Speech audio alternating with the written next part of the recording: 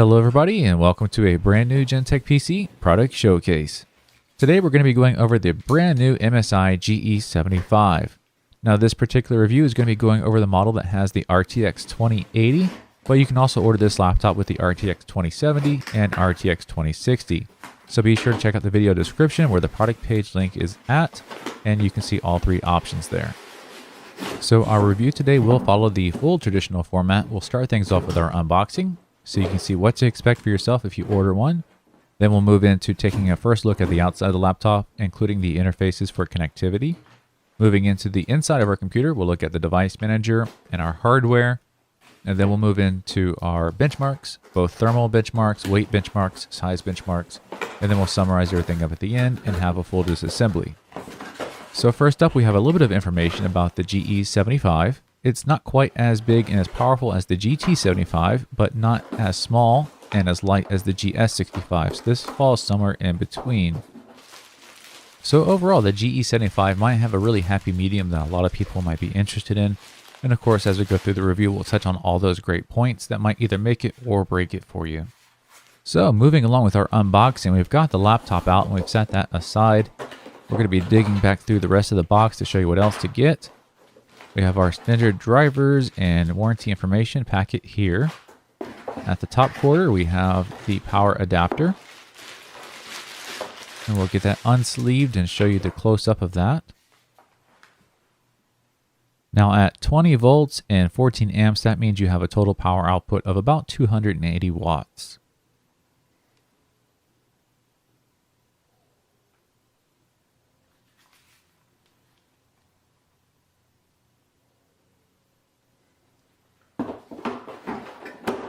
Now, as for the very last section of the box, that's just going to have our power adapter cable. And of course, this will be a little bit different depending on your region. So we're going to have the North America power cable here.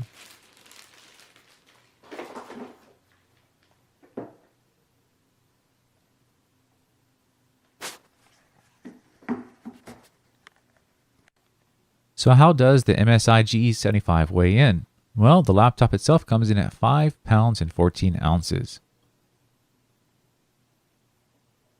Now, of course, with most of these gaming laptops, you'll probably take your power adapter with you, and that's going to bring your total carry weight to 8 pounds and 2 ounces.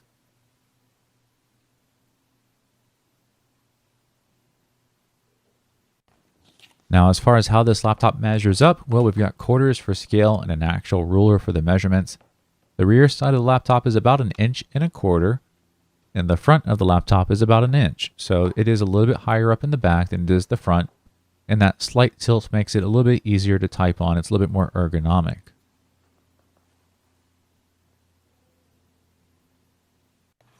Okay, with our laptop now powered up, it's time to take a closer look at what we have. Starting with the bottom right-hand side, we have our sticker badge with a lot of the advertisements about what kind of features are in this laptop. Notably, the 144 Hz screen, and it has a 3 millisecond response time. Of course, we have our SteelSeries keyboard, the NVIDIA RTX video card, tons of high-end hardware in here, a very brightly lit LED backlit RGB keyboard, and a large touchpad. So we have a good layout here as far as the front side. Now, one thing that's always really nice to see is when the touchpad has the individual left and right click buttons. Those just seem to be so much easier to use than the integrated touchpads. And also coming back to the fact that we have a 17.3 inch screen, which makes it a larger laptop. Fortunately, we have such a thin bezel around the screen that it's actually almost more like a 15.6 inch laptop of the past. So we get the larger screen real estate, but we're not really increasing the overall size of the laptop by very much. So coming back to the notion that the GE75 probably has something to offer for just about everybody. The larger screen real estate means that you're going to be able to see things easier if you're reading text. If you're video editing, it's going to be bigger and easier to see things. If you're watching a movie, it's going to be bigger and better. And if you're doing gaming, then the 144 Hz refresh rate is just going to be amazing for competitive gaming. So everything comes together here as a pretty solid overall package. So before we get too far ahead of ourselves, let's talk about the interfaces and connectivity that we have. On the right-hand side, we have an SD card slot and 2 USB 3.0 ports. You can see the intake vent there right behind those, and of course the 2 large exhaust vents on the rear. Now, as far as some of the extra features of the laptop, we do have that lighting all around, including on the lid of the back of the LCD as well. Now the rest of our connectivity is over here on the left-hand side, where we have our Kensington lock port, another large intake port, the RJ45 for the local network connectivity, HDMI, mini display port, another USB 3 port, then the USB 3.1 Type-C, and two 3.5mm audio connections. One is for your headphones and one is for your microphone. Now with all of that said, let's go ahead and take one more last look at the laptop all around 360 degrees before we move into some of our benchmarks.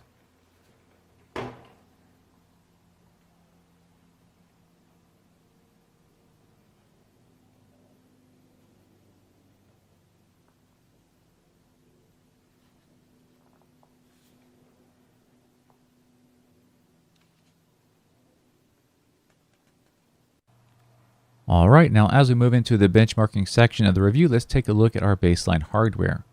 Here you can see we have the NVIDIA RTX 2080. This is the full-blown RTX 2080, not the Max Q edition that has been slightly toned down to save power and heat. That is going to be paired with an i7-8750H for the CPU.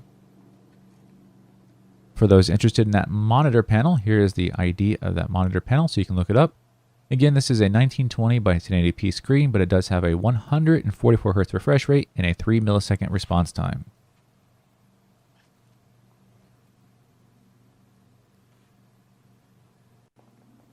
So as we are about to get started on the important benchmarking section, the first thing we want to do is get the baseline temperatures and sound levels. So here you can see the current temperature of the CPU is about mid 50 degrees Celsius, and our GPU is about 49 degrees Celsius. So those are the baseline temperatures at an idle state, and we're going to see how much they go up once we start running some high-end benchmarks. We also like to include the noise levels as part of our benchmarks, and those are important for some people, especially those looking to use a laptop in a library or a business meeting. As you can see over on the rear side on the right, it's about less than 30, and over on the other side, it's a little bit higher up. It jumps close to 40 decibels there. That's still not very high at all when you consider an average library is about 40 decibels. And for our last baseline benchmark before we get started with the actual performance testing, it's going to be the thermal camera. And here we can see our temperature zones on the laptop. So the important thing here is that we want to look at where the hands are going to be touching. We want that to stay nice and cool. And we want all the areas where the exhaust is supposed to be taking place to be very hot, because if we see the heat leaving the system, that means that the temperature regulation is working as it should on the system. So we'll move around and check out a few different spots. Here you can see easily where the hot spots are at, which is right where the exhaust and intake is, and that's a very good sign. And you can see the nice cool blue color near where the hands would sit, which is also a good sign. So everything is looking really good on this laptop so far.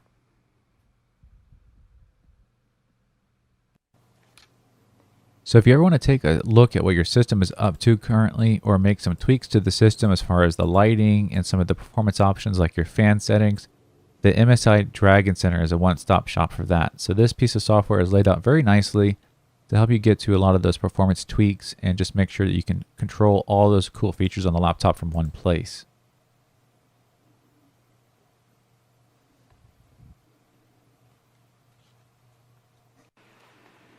So now we're moving right along into our performance benchmarks, and we're going to start off with 3D Mark Firestrike.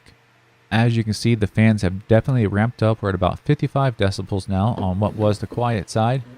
And for the louder side, it's at about 60 decibels there. So a little bit louder still on that side, but still very acceptable considering we have it under a very significant load.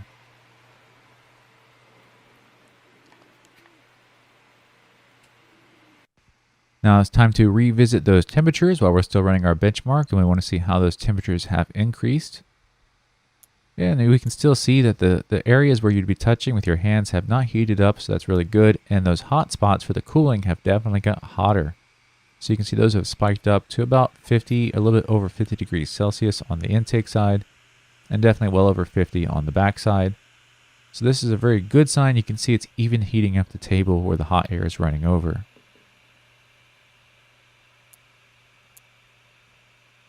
Now, truly the most important temperature test is going to be how hot the CPU and the GPU reach at maximum temperature during the course of the benchmarks. And we'll look at that here shortly as these finish up.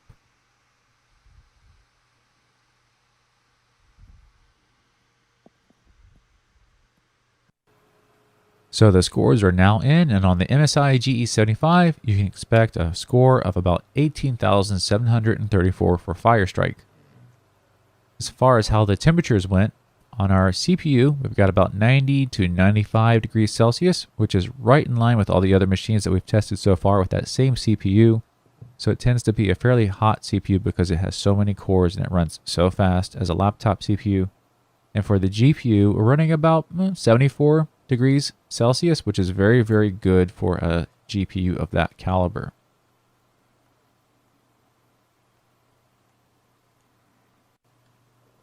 So we still have a few more benchmarks in store for you, and we're now running Cinebench R15. So the score that we're going to be most focused on here is going to be our frames per second. And now that that has finished up, we have 75.43 frames per second on the Cinebench benchmark.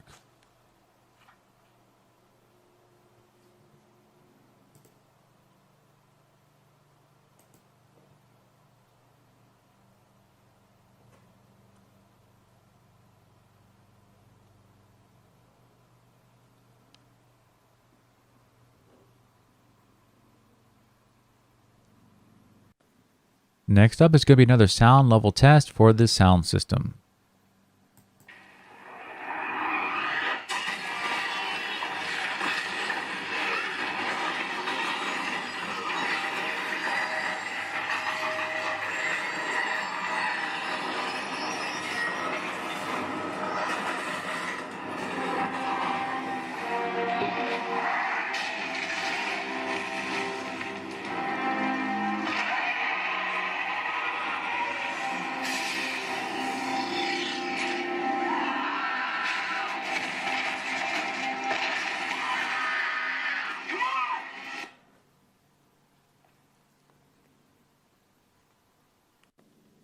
And so here we are now moving on to the last part of our review, which is going to be the disassembly.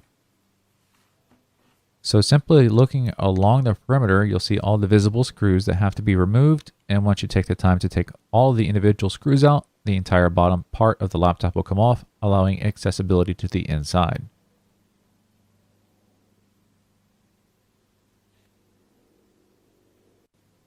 So here are the screws that must be removed. Pay attention to the fact they're not all the same size, so make sure that as you remove them, they go back to the same place.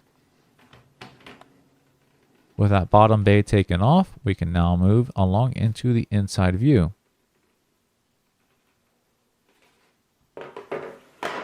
And here we are, we see a very large array of speakers. We have the subwoofers and the tweeters.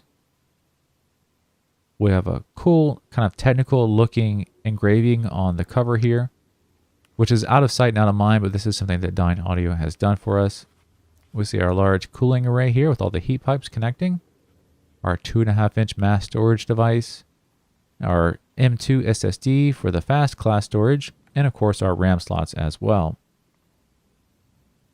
Now, luckily, there's nothing crazy here that has to be taken apart to get to the other side of the motherboard where you might have hidden RAM slots. You can get to everything right up front, but of course, we're going to take it apart for you anyways.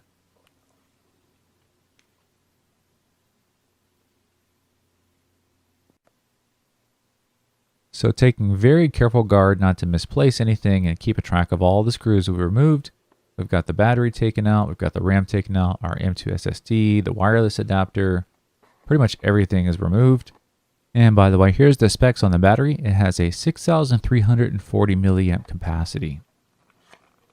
Here's the speaker array from Dyne Audio, now taken out completely. The heat pipe system for the video card and CPU can be removed. And there you have a full-blown RTX 2080 and our Core i7 CPU.